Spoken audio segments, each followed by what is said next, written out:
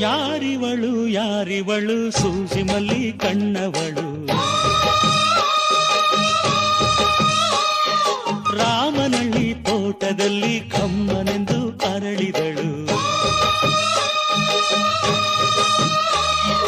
ಮಾತಿನಲ್ಲಿ ಹೇಳಿದರೆ ತಾಳಕ್ಕೆ ಸಿಗದು, ಆಡಲಿ ಕೇಳು ಅಂದದ ಸಾಲು. ಮಾತಿನಲ್ಲಿ ಹೇಳಿದರೆ ತಾಳಕ್ಕೆ ಸಿಗದು, ಆಡಲಿ ಕೇಳು ಅಂದದ ಸಾಲು.